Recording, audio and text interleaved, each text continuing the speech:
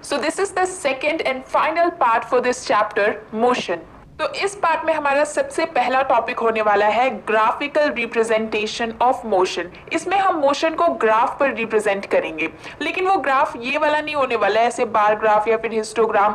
ये होने वाला है लाइन ग्राफ। ये लाइन ग्राफ आपने मैथ्स में पढ़े होंगे, जिन पर आप लीनियर इक्वेशंस को सॉल्व करते हैं। अब देखो, हमने ये लाइन ग्राफ इसीलिए लिया है क्योंकि इसमें हम एक्स एक्सिस और वाई एक्सिस के थ्रू किसी भी एक फिजिकल क्वांटिटी की डिपेंडेंस कैसे किसी दूसरी फिजिकल क्वांटिटी पे है, इसको बड़े अच्छे से रिप्रेजेंट कर सकते हैं। जैसे अभी हम पहले पढ़ने जा रहे हैं डिस्टेंस टाइम ग्राफ। इसको डिस्प्लेसमेंट टाइम ग्राफ भी कहा जा सकता है। तो इस डिस्टेंस टाइम ग्राफ में हम जनरली वाई एक्सिस पर डिस्टेंस को लिखते हैं और एक्स एक्सिस पर टाइम को लिखते हैं। ये हम किसी भी डिफरेंस पे लिख सकते हैं। जैसे यहाँ पर मैंने डिस्टेंस लिखा है 10 मीटर की डिफरेंस पे, 0 से पहले 10 पे गया, फिर 20, फिर 30 और ऐसे आगे चलते रहेगा। और टाइम लिया है मैंने 20-20 सेकेंड के गैप्स पर। अब देखिए, हम दो तरीके के मोशन रिप्रेजेंट कर सकते हैं ग्राफ में, एक तो यूनिफॉर्म और एक नॉन यूनिफॉर्म मोशन। तो यूनिफॉर्म में हम सबको पता है कि अगर एक ऑब्जेक्ट इक्वल डिस्टेंसेस कवर कर रहा है इक्वल इंटरवल ऑफ टाइम में, तो वो यूनिफॉर्म मोशन कैरी कर रहा है। यानी अगर कोई हर 20 सेकेंड में 10-10 मीटर का डिस्टेंस कवर कर रहा है, so this is uniform motion. और अगर आप इस सिचुएशन को ग्राफ पर प्लॉट करते हो तो you will see a straight slope forming like that.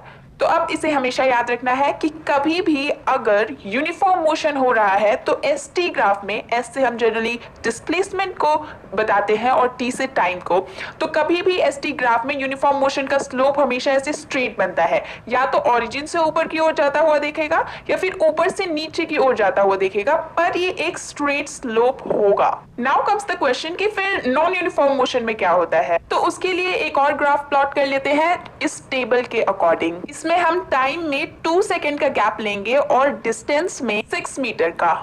इसमें हम देखते हैं कि पहले 2 सेकेंड में 1 मीटर का डिस्टेंस कवर हो रहा है, अगले 2 सेकेंड में 4 मीटर का, अगले 2 सेकेंड में 9 मीटर का, अगले 2 सेकेंड में 16 मीटर का, फिर उसके बाद 2 सेकेंड में 25 मीटर का और उसके बाद 36 मीटर का डिस्टेंस कवर हो रहा है उसके अगले 2 सेकेंड में। तो आप देख रहे हो कि सेम टाइम इंटरवल में डिफरेंट डिस्टेंसेस कवर किए जा रहे हैं, यानी कि एक नॉन यूनिफॉर्म मोशन है। और इसके जब इन सारे पॉइंट्स को हम मिलाएंगे तो एक स्ट्रेट लाइन तो कभी भी नहीं बनेगा। It will always be like a curve और ऐसा जिगजैग सा बन जाएगा। मान लो हमें कोई ऐसी सिचुएशन शो करनी है ग्राफ पर कि कोई इंसान 20 मीटर तक चला, उसके बाद वो रेस्ट पे रहने लगा, मतलब उसके बाद टाइम तो आगे बढ़ रहा है लेकिन वो पर्सन डिस्टेंस कवर नहीं कर रहा है। तो इसको ग्राफ पर कैसे रिप्रेजेंट करेंगे? देखो, मान लो वो ओरिजिन से 10 मीटर तक गया, तो 10 मीटर वो 5 सेकेंड में उसने ये डिस्टेंस कवर किया। तो पहले तो ओरिजिन से इस पॉइंट को मिला देंगे, उसके बाद वो टाइम तो आगे बढ़ता चला जा रहा है लेकिन वो पर्सन अपना डिस्टेंस नहीं बढ़ा रहा है, इसीलिए इसकी हम स्ट्रेट लाइन बना देंगे इसके आगे। तो इसका ग्राफ कुछ ऐसा सा बन जाएगा। ये तो हो गई बात कि कितने तरीके के ग्राफ्स हो सकते थे डिस्टेंस टाइम ग्राफ में। अब क्या इस डिस्टेंस टाइम ग्राफ से हम कोई नई चीज निकाल सकते हैं?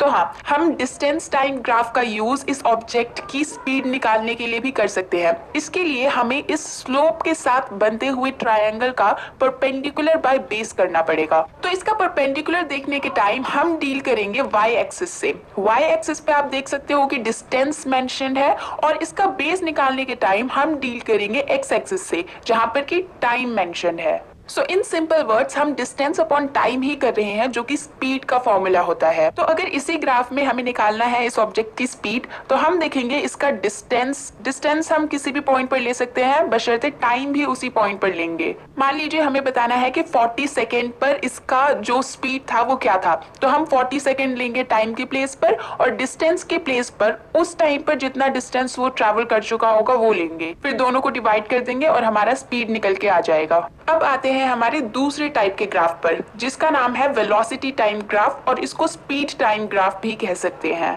ये वाला ग्राफ हमें बता रहा है कि टाइम के साथ साथ वेलोसिटी में क्या वेरिएशंस आ रही हैं। इसमें भी हम वाई एक्सिस पर वेलोसिटी को लेते हैं which is in kilometre per hour और मीटर पर सेकेंड, और एक्स एक्सिस पर हम टाइम को लेते हैं। टाइम को हम सेकेंड या आवर्स में लेते हैं जनरली। तो अपनी कन्वीनियंस के हिसाब से मैंने यहाँ पर वेलोसिटी में डिफरेंस लिया है 10 मीटर पर सेकंड का और टाइम में डिफरेंस लिया है 1 सेकंड का। मान लो अगर हमें इस ग्राफ में यूनिफॉर्म वेलोसिटी को रिप्रेजेंट करना है तो कैसे करेंगे। देखो क्या हो रहा है ना, हमारा ऑब्जेक्ट इस केस में एक वेलोसिटी मान लो 20, 30 या मान लो 40 मीटर पर सेकंड की वेलोसिटी लेने के बाद अब वो आगे वेलोसिटी इंक्रीज या डिक्रीज नहीं कर रहा है, उसी वेलोसिटी पे चलता जा रहा है। तो टाइम तो आगे बढ़ रहा है लेकिन वेलोसिटी सेम है, इसीलिए इस केस में टाइम वाली एक्सिस के पैरेलल एक स्ट्रेट लाइन खींची जाएगी यूनिफॉर्म वेलोसिटी को रिप्रेजेंट करने के लिए। अब देखो जो हमारा पहले डिस्प्लेसमेंट टाइम या डिस्टेंस टाइम ग्राफ था उसमें हम डिस्टेंस और टाइम को डिवाइड करके या फिर डिस्प्लेसमेंट और टाइम को डिवाइड करके स्पीड की या वेलोसिटी की वैल्यू निकाल रहे थे, लेकिन इस केस में हमारे पास जो गिवन वेरिएबल्स है वो है वेलोसिटी और टाइम। अब वेलोसिटी और टाइम को डिवाइड करके तो हमें एक्सेलरेशन मिलता है, लेकिन वो कब मिलता है जब वेलोसिटी चेंज हो रही हो हर एक इंस्टेंट पे, और change in velocity by time ही तो एक्सेलरेशन होता है। लेकिन इस केस में हमारी वेलोसिटी चेंज ही नहीं हो रही है, लेकिन हमें पता है कि वेलोसिटी इनटू टाइम हमारा डिस्प्लेसमेंट होता है या फिर स्पीड इनटू टाइम हमारा डिस्टेंस होता है। तो इस ग्राफ में अगर हम स्लोप फाइंड करें तो हमारा जीरो आएगा, क्योंकि चेंज इन वेलोसिटी जीरो है तो हमारा एक्सेलरेशन भी जीरो आ जाएगा। लेकिन अगर हम एरिया फाइंड करते हैं इस ग्राफ का तो हमारे पास डिस्प्लेसमेंट या फिर डिस्टेंस की वैल्यू आ जाएगी। तो यहाँ पर हम इस पॉइंट से, इसको नाम दे देते हैं पॉइंट बी, इस पॉइंट बी से एक्स एक्सिस को मिलाते हैं स्ट्रेट लाइन में, और अगर इस रेक्टेंगल का हम एरिया निकाल लेते हैं तो मतलब हमें पता चल जाएगा कि कितना डिस्प्लेसमेंट या डिस्टेंस कवर हुआ है इस केस में। तो एरिया निकालने के लिए हम 40 से 4 को मल्टीप्लाई कर देंगे and will get it as 160 metre. अब एक बार हम यूनिफॉर्म एक्सेलरेटेड मोशन को इस ग्राफ पर प्लॉट करके देख लेते हैं। यूनिफॉर्म एक्सेलरेटेड मोशन का मतलब आपको पता होना चाहिए कि इक्वल इंटरवल्स ऑफ टाइम में इक्वल चेंज इन वेलोसिटी हो रहा है। यहाँ पर हम टाइम इंटरवल ले लेते हैं 5 सेकेंड्स का, और वेलोसिटी का यूनिफॉर्म डिफरेंस ले लेते हैं 2.5 मीटर पर सेकेंड का। अब मान लीजिए कि एक कार हर 5 सेकेंड में 2.5 मीटर पर सेकेंड का वेलोसिटी इंक्रीज किए जा रहा है, यानी पहले 5 सेकेंड में वो 2.5 मीटर पर सेकेंड की वेलोसिटी बढ़ाता है, अगले 5 सेकेंड में वो और 2.5 मीटर पर सेकेंड की वेलोसिटी बढ़ाता है, और ऐसे वो बढ़ाते चले जाता है जब तक कि 10 मीटर पर सेकेंड की वेलोसिटी को अटेन करने के बाद वो अपनी गाड़ी को रोक नहीं देता। इस केस में आप चेंज इन वेलोसिटी से टाइम को डिवाइड करके या फिर इस ट्रायंगल में परपेंडिकुलर को बेस से डिवाइड करके आप इसका एक्सेलरेशन भी निकाल सकते हो, या फिर आप इस फिगर का एरिया फाइंड करके डिस्प्लेसमेंट भी निकाल सकते हो। अब वापस अपने ग्राफ पे आते हैं, तो जैसा कि आप देख सकते हो कि यूनिफॉर्मली एक्सेलरेटेड मोशन का वेलोसिटी टाइम ग्राफ में हमेशा एक स्ट्रेट लाइन, ऐसे एक स्ट्रेट स्लोप बनता है, इस बात को भी याद रखना। अब मैं आपको इसका एक्सेलरेशन और डिस्प्लेसमेंट निकाल के बताती हूँ। सबसे पहले बात करते हैं एक्सेलरेशन की। तो आप सबको पता है कि acceleration is nothing but change in velocity upon time. तो एक्सेलरेशन निकालने के लिए हम इस स्लोप में या फिर इस फिगर में किसी भी दो टाइम इंटरवल के बीच की वेलोसिटी को सब्ट्रैक्ट कर देंगे, हमें चेंज इन वेलोसिटी मिल जाएगा, और चेंज इन वेलोसिटी को इस टाइम इंटरवल से डिवाइड करके हम एक्सेलरेशन पता कर लेंगे। एरिया निकालने के लिए हम जितने टाइम तक का डिस्प्लेसमेंट फाइंड करना चाहते हैं उस टाइम से एक लाइन ड्रॉ करेंगे इस स्लोप को टच करते हुए, और फिर इस फिगर का एरिया फाइंड करेंगे, हमें डिस्प्लेसमेंट मिल जाएगा। इसके अलावा वेलोसिटी टाइम ग्राफ में दो और तरीके के मोशन रिप्रेजेंट किए जा सकते हैं। ये पहला जो आप ग्राफ देख रहे हो, इसमें वेलोसिटी एक यूनिफॉर्म रेट से कम होती जा रही है। हमने अभी पहले जो ग्राफ स्टडी किया था वो था यूनिफॉर्म एक्सेलरेटेड मोशन का, यानी कि उसमें एक रेट से, एक डिफाइंड रेट से वेलोसिटी इंक्रीज किए जा रही थी, जिस रेट को हमने एक्सेलरेशन बोला। इसमें भी वही हो रहा है, लेकिन वेलोसिटी इंक्रीज करने के बजाय डिक्रीज कर रही है, दैट्स इट। दूसरा ये वाला ग्राफ है जिसको हम नॉन यूनिफॉर्म एक्सेलरेटेड मोशन कहते हैं। इसमें वेलोसिटी नॉन यूनिफॉर्मली कभी भी इंक्रीज कर रही है, डिक्रीज कर रही है, कभी इंक्रीज कर रही है, कभी डिक्रीज कर रही है। तो यहाँ पर हमारे ग्राफ्स का टॉपिक खत्म होता है, और अब हम बात करेंगे इक्वेशंस ऑफ मोशन की। तो हमारे इस चैप्टर में ये 3 इक्वेशंस हैं जो कि एक बहुत बड़ा रोल प्ले करती हैं इस चैप्टर में। अब एक एक करके इन तीनों को डिराइव करते हैं। ये जो पहली इक्वेशन है इसको एक्सेलरेशन के फॉर्मूले से बहुत इजीली डिराइव किया जा सकता है।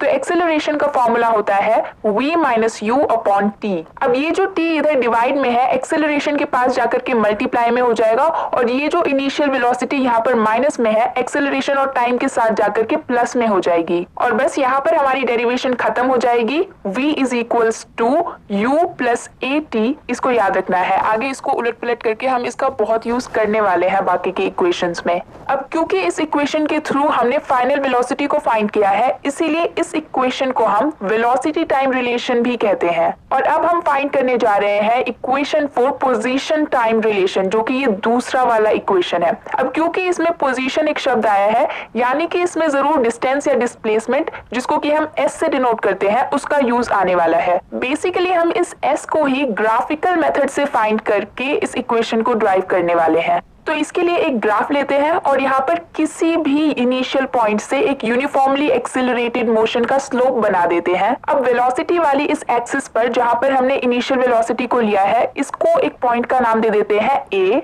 और जहाँ पर हमने अपने स्लोप को एंड किया है उस पॉइंट को दे देते हैं बी नाम। अब बी के सामने जो वेलोसिटी है यानी कि फाइनल वेलोसिटी, इसको नाम दे देते हैं पॉइंट ई। और जितने टाइम में हमने बी तक की वेलोसिटी अटेन की है वो पता करने के लिए इस बी पॉइंट को हम नीचे टाइम एक्सिस से मिला देते हैं और इस पॉइंट को नाम दे देते हैं पॉइंट सी। और जीरो को हम रिप्रेजेंट करते हैं इसमें पॉइंट ओ से। अब जैसा कि हमें पता है कि डिस्प्लेसमेंट फाइंड करने के लिए हमें वेलोसिटी टाइम ग्राफ में इस ग्राफ का एरिया फाइंड करना होगा। अब हमें यहाँ पर ये फिगर एक ट्रापेजियम के जैसा दिख रहा होगा, लेकिन इसका एरिया फाइंड करने के लिए हम डायरेक्ट ट्रापेजियम के एरिया का फॉर्मूला अप्लाई नहीं करेंगे। हम इसको थोड़ा और सिंपल करते हैं और इस ए पॉइंट से बी सी को ज्वाइन करते हुए एक स्ट्रेट लाइन खींचते हैं और इसको नाम दे देते हैं पॉइंट डी। अब यहाँ पर हमें एक ट्रायंगल और एक स्क्वायर बनता हुआ दिख रहा होगा। अब हम इन दोनों का एरिया फाइंड करके उसको ऐड करते हैं। तो रेक्टेंगल का एरिया होता है लेंथ इनटू ब्रेथ। लेंथ है यहाँ पर ओ ए और ब्रेथ है ओ सी, प्लस ट्रायंगल का एरिया होता है half into base into height. Base है यहाँ पर ए डी और हाइट है बी डी। अब इस ग्राफ को ध्यान से देखो, OA जो है वो हमारी इनिशियल वेलोसिटी की वैल्यू है, तो इसको U से रिप्लेस कर सकते हैं। OC बराबर है जितने टाइम तक हमने पॉइंट B तक की वेलोसिटी अटेन की, तो इसको T से रिप्लेस कर सकते हैं। और AD और OC तो इक्वल है ना, रेक्टेंगल के ऑपोजिट साइड्स इक्वल होते हैं, तो इसको भी T से रिप्लेस कर सकते हैं। अब बात करते हैं BD की, तो BD यहाँ पर EA के बराबर है और EA को हम EO माइनस AO लिख सकते हैं। अब यहाँ पर EO है हमारा V और AO है हमारा U, तो यहाँ से हम EA को या फिर BD को V माइनस U लिख सकते हैं, पर हम ऐसा करेंगे नहीं। हम एक काम करते हैं, हम फर्स्ट इक्वेशन को देखते हैं। इसमें अगर हम फिर से इनिशियल वेलोसिटी को v के पास ले जाकर के माइनस में रख दे तो हमें v माइनस u की वैल्यू 80 मिल जाएगी। अब बस bd के बजाय हमें यहाँ पर 80 को सब्स्टिट्यूट कर देना है और यहाँ पर हमारा सेकेंड इक्वेशन भी डिराइव हो जाएगा, that is s is equals to ut plus half 80 square. अब बात करते हैं इस थर्ड इक्वेशन की, जिसको कि पोजीशन वेलोसिटी रिलेशन भी कहा जाता है। अब इस इक्वेशन को डिराइव करने के लिए हम इस ग्राफ में सीधा ट्रापेजियम का एरिया अप्लाई करेंगे। तो ये AD लाइन को हटा देते हैं और अब हम इसका एरिया फाइंड करेंगे। तो ट्रापेजियम का एरिया होता है half into sum of parallel lines into height. अब यहाँ पर पैरेलल लाइंस है AO और BC और हाइट हम लेंगे यहाँ पर पैरेलल लाइंस के बीच के डिस्टेंस को यानी कि OC को। तो बस अब यहाँ पर OA के बजाय U को सब्स्टिट्यूट कर देंगे, BC के बजाय V को सब्स्टिट्यूट कर देंगे और OC के बजाय हम T को रख तो सकते हैं पर रखेंगे नहीं। हम फिर से जाएंगे फर्स्ट इक्वेशन में और यहाँ पर U को V के पास ला करके सब्ट्रैक्ट कर देंगे और ये जो A यहाँ पर T के साथ मल्टीप्लाई हो रहा है इसको ले जाकर के डिवाइड में रख देंगे और अब यहाँ से T की वैल्यू को हम अपने थर्ड इक्वेशन में यूज करेंगे। तो अब कुछ ऐसा सा इक्वेशन दिखेगा हमारा, इसको सॉल्व कर लेते हैं। नीचे जो ये 2a है, 2 और a मल्टीप्लाई हुआ है, उसको यहाँ पर s के साथ ला करके मल्टीप्लाई कर देते हैं, क्योंकि इस साइड वो डिवाइड में है तो इधर जाकर के मल्टीप्लाई हो जाएगा और ये ऊपर v square minus u square हो जाएगा। तो बस यहाँ से हमारी थर्ड इक्वेशन भी डिराइव हो गई है, that is 2as is equals to v square minus u square. Now I would strongly suggest you to practice all the possible questions with these three equations because these are going to help you in further further classes also. तो अब start करते हैं इस chapter का last part and that is uniform circular motion. तो देखो, जब भी किसी ऑब्जेक्ट की वेलोसिटी चेंज होती है ना, तो हम कहते हैं कि वो ऑब्जेक्ट एक्सेलरेट कर रहा है। वेलोसिटी कब कब चेंज हो सकती है? वेलोसिटी या तो तब चेंज हो सकती है जब हम स्पीड के मैग्नीट्यूड को बढ़ा रहे हैं, कम कर रहे हैं या चेंज कर रहे हैं। तो एक तो मैग्नीट्यूड की वजह से चेंज हो सकती है, दूसरा डायरेक्शन पे भी डिपेंड करती है velocity, it is a vector quantity.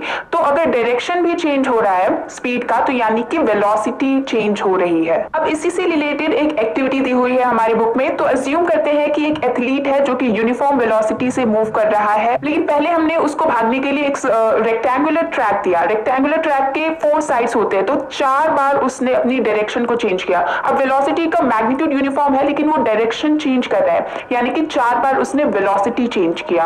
अब अगर हम उसे हेक्सागोनल ट्रैक दे दे, तो इसमें 6 साइड्स होती है, यानी कि 6 बार वो अपनी डायरेक्शन को चेंज करेगा।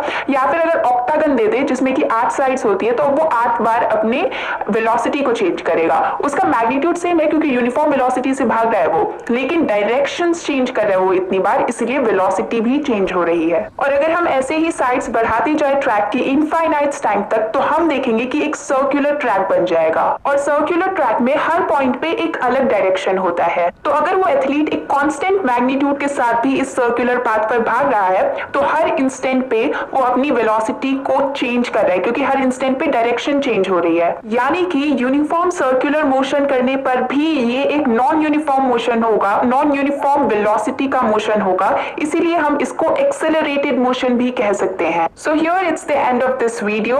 इस टॉपिक से यानी कि यूनिफॉर्म सर्कुलर मोशन से रिलेटेड एक एक्टिविटी भी दी हुई है आपकी बुक में, जो कि इसी बात को एक नए तरीके से रिप्रेजेंट कर रही है। I would suggest you to try that also. Like करना बिल्कुल भी मत भूलना और शेयर जरूर करना, और अभी तक सब्सक्राइब नहीं किए हो तो सब्सक्राइब जरूर कर लेना, और बेल आइकन को तो भूलना ही मत, उसे जरूर दबा देना।